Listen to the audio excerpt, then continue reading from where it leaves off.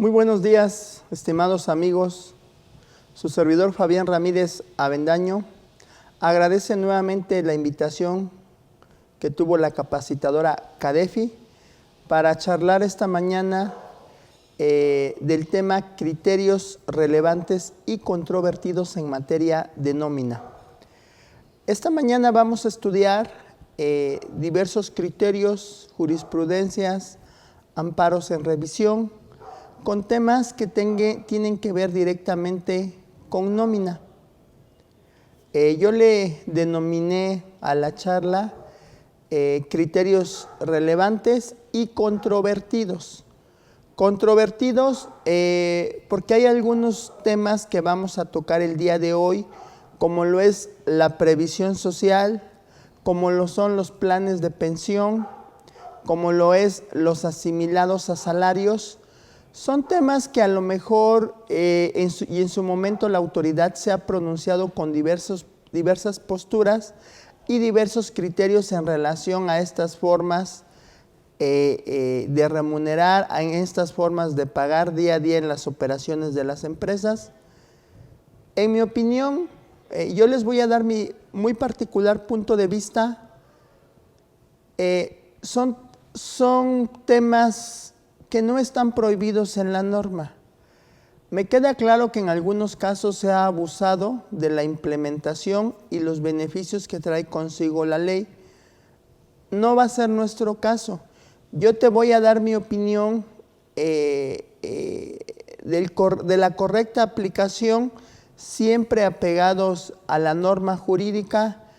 E insisto, mientras la legislación nos permita, por ejemplo, el tema de la previsión social, el tema de los asimilados a salarios, mientras no se deroguen estas figuras de las disposiciones, los contribuyentes pueden hacer uso de las mismas atendiendo y cumpliendo los requisitos de la ley. Siempre todo dentro del marco de la ley para que no tengamos ningún problema con las autoridades o en su caso podamos acreditar la aplicación de estas figuras jurídicas que se encuentran reguladas en la norma e incluso vamos a analizar lo que han dicho los tribunales en relación a dichas figuras. Por eso el tema se llama controvertidos.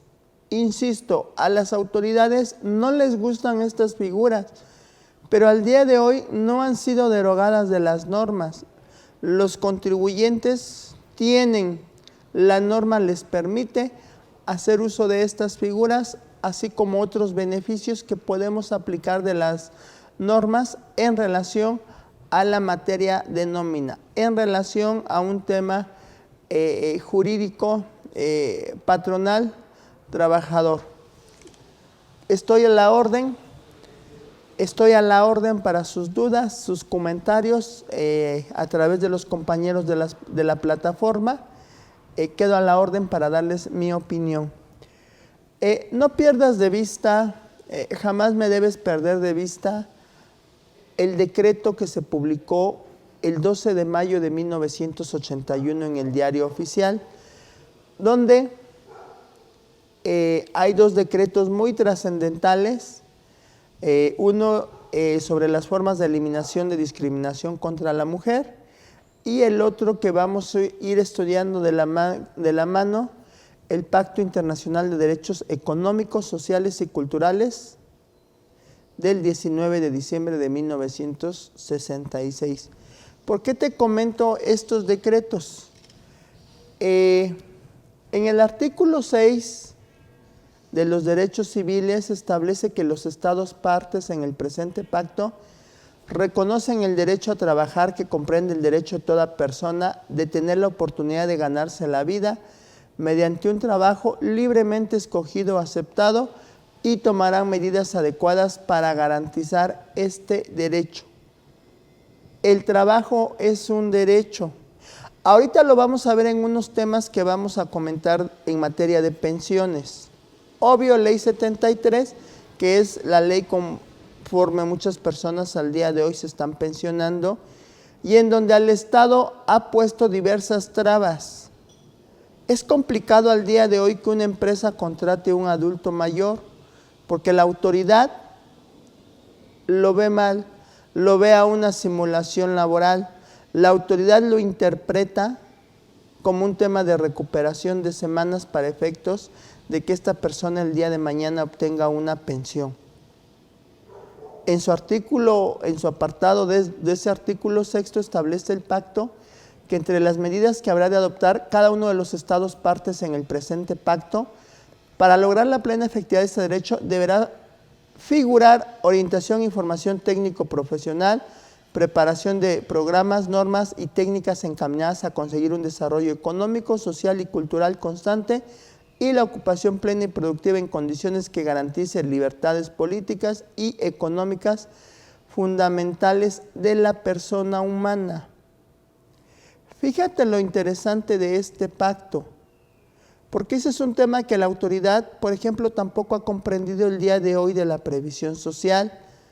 No solamente es un tema económico, no nada más es un tema de crecimiento en números de la empresa, es decir, en que haya mayor productividad, que haya reducción de costos, que hayan mayores ventas, que hayan mayores ingresos. No, también esto tiene que ver con políticas económicas fundamentales dirigidas a la persona humana,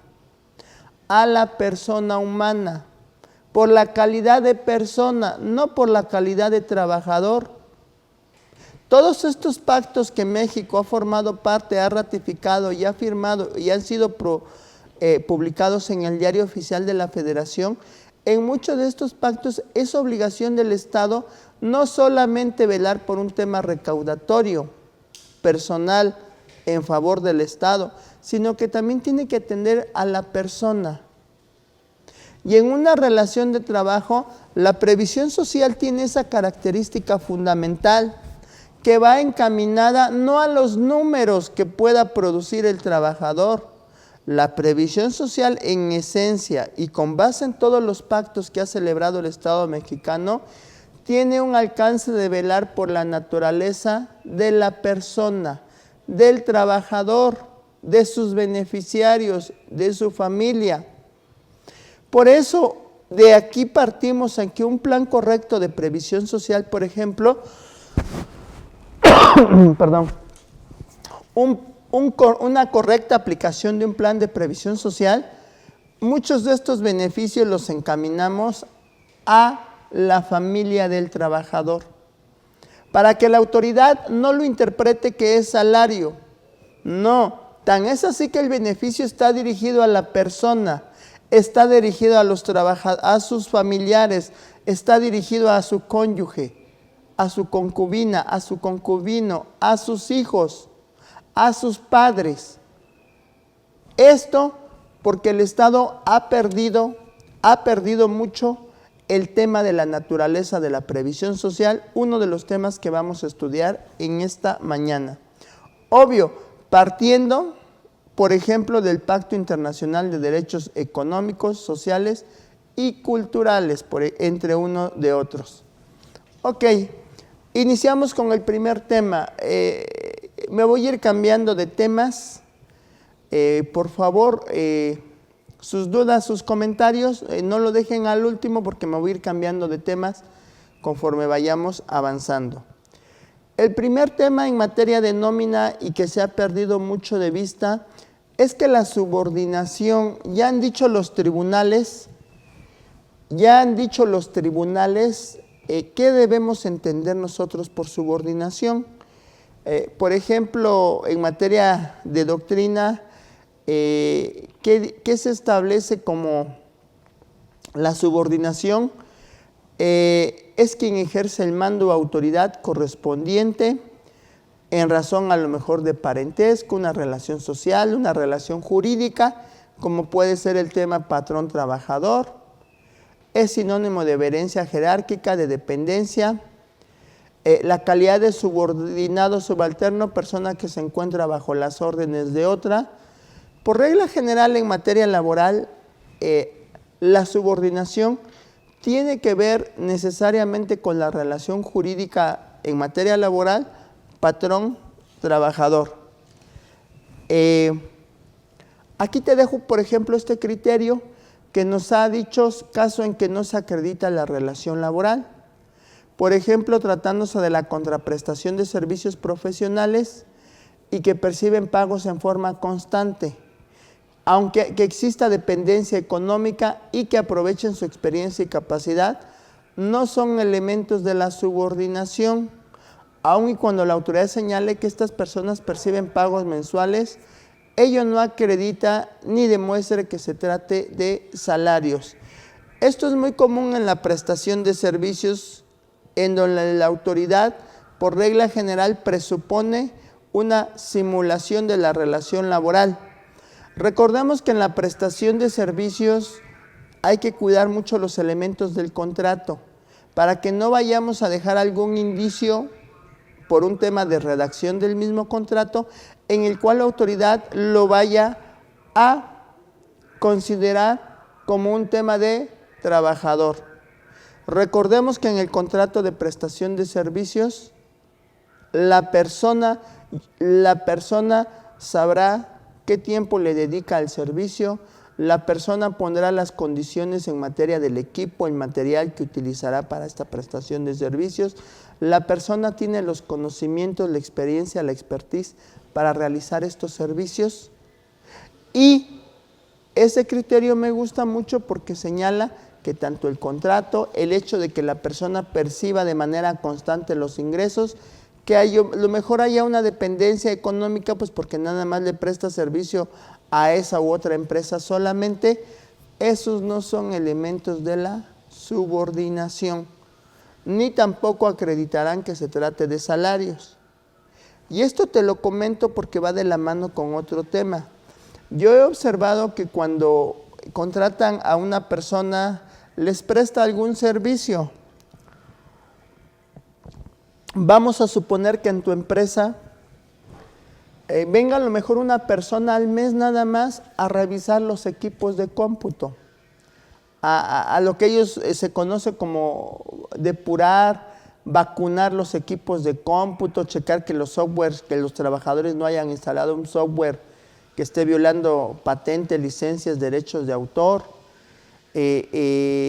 quitar todos esos programas que no sirven. Y a lo mejor esta persona es suficiente con que venga 1 o 2 veces al mes. No necesitas forzosamente tenerla como parte de tu plantilla como trabajadores. Es una persona, sabe hacer su trabajo, él sabe qué tiempo le va a dedicar a cada equipo. Y la naturaleza objeto del contrato de prestación de servicios, pues es que venga y te revise los equipos de cómputo de la oficina de tu empresa y te diga, oye, asimílame a salarios mi ingreso. No está en condiciones para darte una factura, a lo mejor no lo sé, 20,000 pesos por haber revisado todos los 10 equipos, 15 equipos de la empresa, y te pida que le asimiles a salario. El hecho de que venga mes con mes a revisar los equipos de cómputo, el hecho de que tú estés aprovechando su experiencia, capacidad, el hecho de que venga aquí a las oficinas de tu empresa a prestarte este servicio, no implica el tema de trabajador. Y si te pide asimilar en términos del 94, por ejemplo, ese ingreso, jurídicamente podemos asimilarlo, le haces la retención del impuesto correspondiente y le pagas la diferencia. No pierdes deducibilidad y no te tendrías que meter en ninguna controversia o problema con el Seguro Social, porque tú vas a tener los elementos para acreditar la naturaleza y objeto de la prestación del servicio. No se tratan de salarios, dice esta tesis. Por eso aquí yo te recomiendo como punto adicional que cuando tú contrates este tipo de personas o hayan personas que te presten este tipo de servicios, mucho cuidado con timbrar un CFDI de nómina por esos servicios. En mi opinión, no se tendría que timbrar un CFDI de nómina por ese tipo de servicios que estamos asimilando el ingreso a salarios. En mi opinión, tú tienes el CFDI de pagos y retenciones. Clave 01, servicios profesionales. Ese CFDI no te pide número de seguro social, ese CFDI no dice nombre del trabajador, ese CFDI no dice jornada laboral. El CFDI de pagos y retenciones solamente te pide el CUR de la persona, su RFC, su nombre, su código postal, y tú ya describes el tipo de servicio que te prestó y le haces la retención correspondiente. Pero no trae ningún nodo, no trae ningún campo a que haga referencia a un tema de salarios, de trabajador o de patrón. Eso es lo único que nosotros tendríamos que cuidar en atención a que la autoridad no vaya a pretender decir que es un trabajador y que hay subordinación en relación a estos servicios que te esté prestando. Aquí el único detalle que yo he visto en la práctica es que como la guía de CFDI establece que por ese tipo de comprobantes hay que timbrar un CFDI de nómina, muchas personas cuando pagan un ingreso que asimilaron a salario, lo timbran con el CFDI de nómina. Y ahí es en donde el Seguro Social luego dice, no, pues es que estás timbrando una nómina es atribuible a una relación patrón-trabajador. La ley de renta de hecho no contempla el CFDI de nómina. Si tú me revisas la ley del impuesto sobre la renta, en los artículos correspondientes de las personas físicas, título cuarto, capítulo primero, ingresos por salarios, no habla de un CFDI de nómina, habla de un comprobante fiscal digital. Y tratándose de asimilados a salarios, el CFDI de pagos y retenciones es un comprobante fiscal digital. La ley de renta no hace una clasificación en relación al tipo de comprobante que tendrías que timbrar. ¿Tienes que timbrar un comprobante? Sí, y el CFDI de pagos y retenciones es un comprobante fiscal más dentro del catálogo de opciones de comprobantes que tú tienes. Esto es para que las autoridades no vayan a querer más adelante presumir que se trata de una relación laboral que tú estás disfrazando o simulando a través de esta figura del asimilado a salario. Este criterio establece que esos no son elementos de la subordinación. Este otro criterio me gusta mucho porque fíjate lo que te establece en relación a la materia de la subordinación, y establece que la subordinación es un elemento característico de la relación laboral en términos del artículo 20 de la Ley Federal del Trabajo. Consiste en la facultad que tiene el patrón en todo momento, dentro de las horas de la prestación del servicio, de mandar al trabajador para el desarrollo del trabajo y correlativamente en la obligación del trabajador de cumplir con las condiciones y exigencias del trabajo.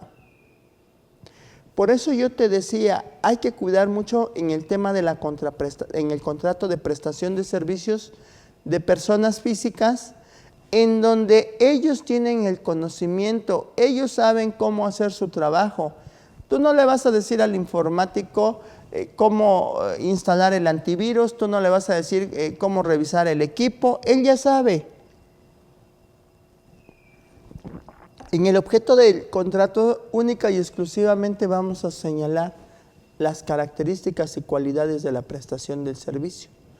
Pero en todo momento el prestador de servicios es la persona idónea que cuenta con los conocimientos, y solamente fijamos plazos de ejecución de dicho servicio, lugar de la prestación de servicios, pero en ningún momento vamos a configurar un tema de subordinación. Estamos pactando una prestación de servicios.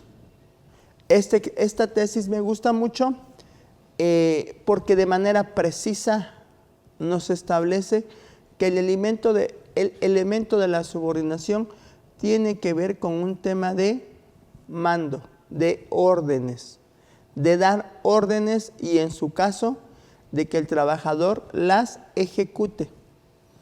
Ese es el punto característico de la subordinación. Y es lo que tenemos que cuidar principalmente en un tema de asimilados a salarios. No configurar este tema porque se supone que ellos ya saben cómo hacer su trabajo, ya saben cómo realizarlo, ya saben los tiempos en que ejecutarán los mismos. el tema de subordinación, y por eso recordemos que en términos de la Ley Federal de Trabajo, unos requisitos del contrato es señalar las actividades. En materia laboral y en los contratos laborales tenemos que ser muy precisos si el día de mañana queremos configurar un despido sin responsabilidad para el patrón, de señalar y describir, pormenorizar de manera precisa cuáles son las actividades del trabajador. Porque si yo le pongo que contrato a Fabián Ramírez y su actividad va a ser chofer, por ejemplo, y así nada más lo señalo, que es chofer, y el día de mañana lo despido porque no subió las cajas a la camioneta que nos íbamos a llevar, pues con justa razón va a decir, no, a ver, espérate, mi actividad es chofer nada más. Es decir, tú dime a dónde llevo el vehículo, a dónde me traslado y todo, pero yo no voy a estar subiendo cajas. ¿Todo por qué? Pues porque no describimos de manera correcta en el contrato del laboral, por ejemplo, el tema de las actividades. Eso va a ir de la mano mucho con un tema de subordinación. Que las órdenes que el día de mañana yo le dé, él tenga la obligación de ejecutarlas.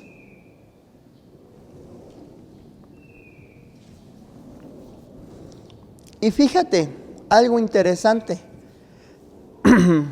porque luego en materia de nómina, y esto es como preámbulo por las figuras que vamos a ver a continuación, pero luego el Seguro Social dice, no, pues es que es tu trabajador. ¿Y por qué es mi trabajador? Pues porque está en tu establecimiento. No. ¿Y por qué eso es tu trabajador? Porque depende económicamente de ti. No, pues eso no es un elemento de la subordinación. Fíjate lo que dice el artículo 10, por ejemplo, en materia del trabajo. Patrón es la persona físico-moral que utiliza. ¿Qué utiliza? Si el trabajador, conforme a lo pactado o a la costumbre, utiliza los servicios de otros trabajadores, el patrón de aquel lo será también de estos.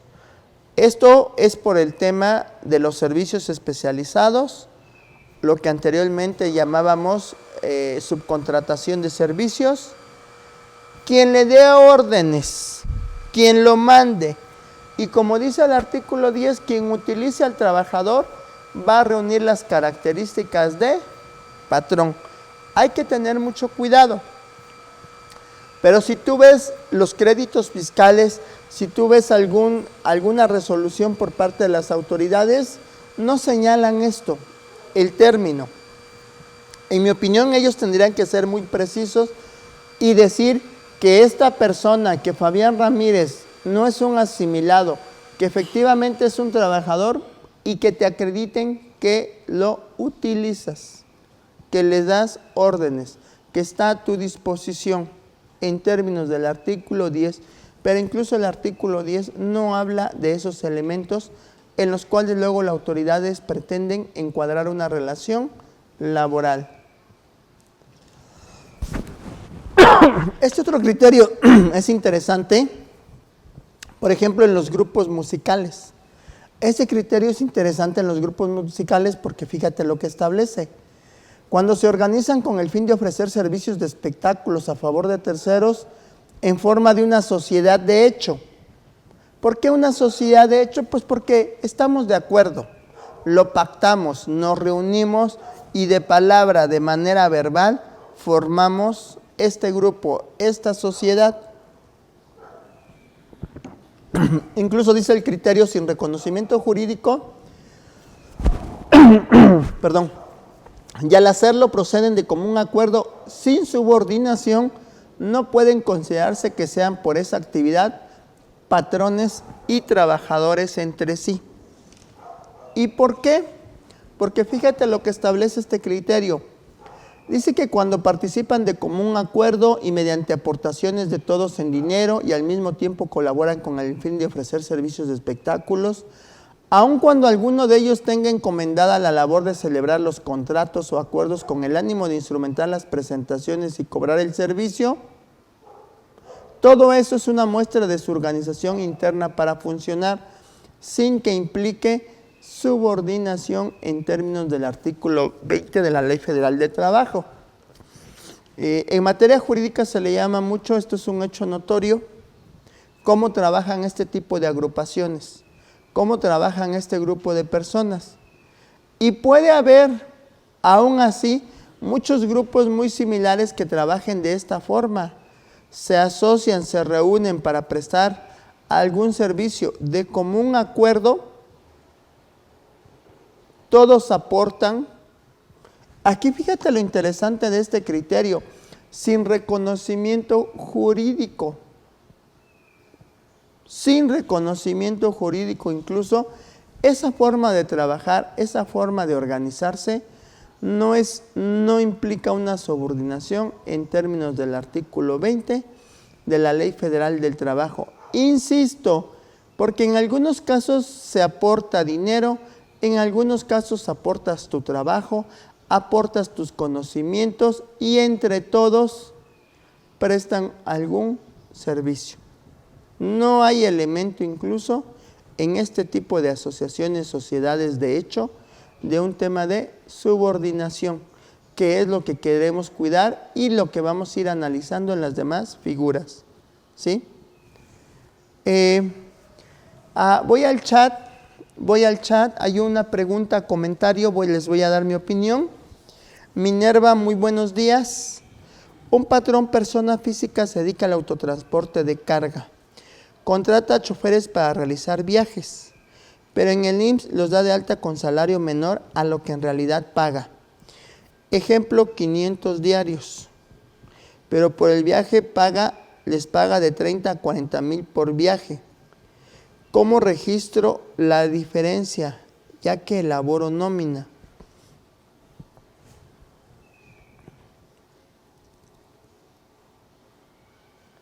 Bueno, Minerva,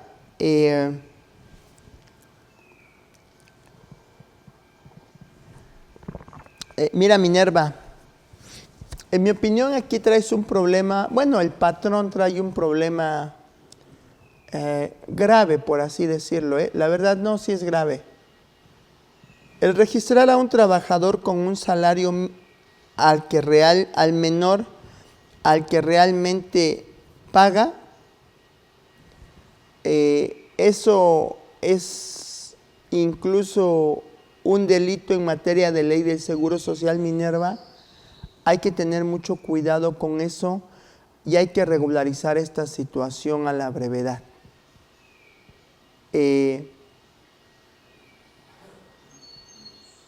La obligación que tienen todos los patrones es inscribir al instituto con el salario que realmente perciben.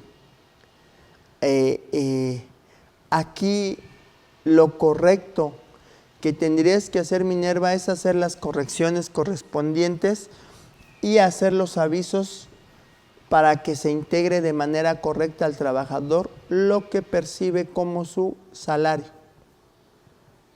Insisto, Minerva, si llegaras a tener alguna controversia laboral con alguno de estos trabajadores, sí te pueden demandar más adelante, te pueden demandar el tema de las diferencias, te pueden demandar el tema de que no se hizo una integración correcta a las aportaciones de seguridad social, porque recordemos que en la medida que se integre de manera correcta el salario real que percibe el trabajador, pues esto va a tener beneficios para el cálculo de una pensión, el día de mañana que quiera una pensión de cesantía, de vejez, algún tema de alguna indemnización por algún riesgo de trabajo, algún tema que tengan alguna indemnización sus beneficiarios. El cálculo base va a ser sobre lo que tú lo tienes registrado. Pero si lo tienes registrado con un salario menor al que percibe, la empresa trae una contingencia muy grave. Aquí lo correcto, Minerva, es hacer los avisos correspondientes para manifestar el salario que realmente percibe el trabajador. Aquí no veo un tema de registro, no, aquí hay un tema de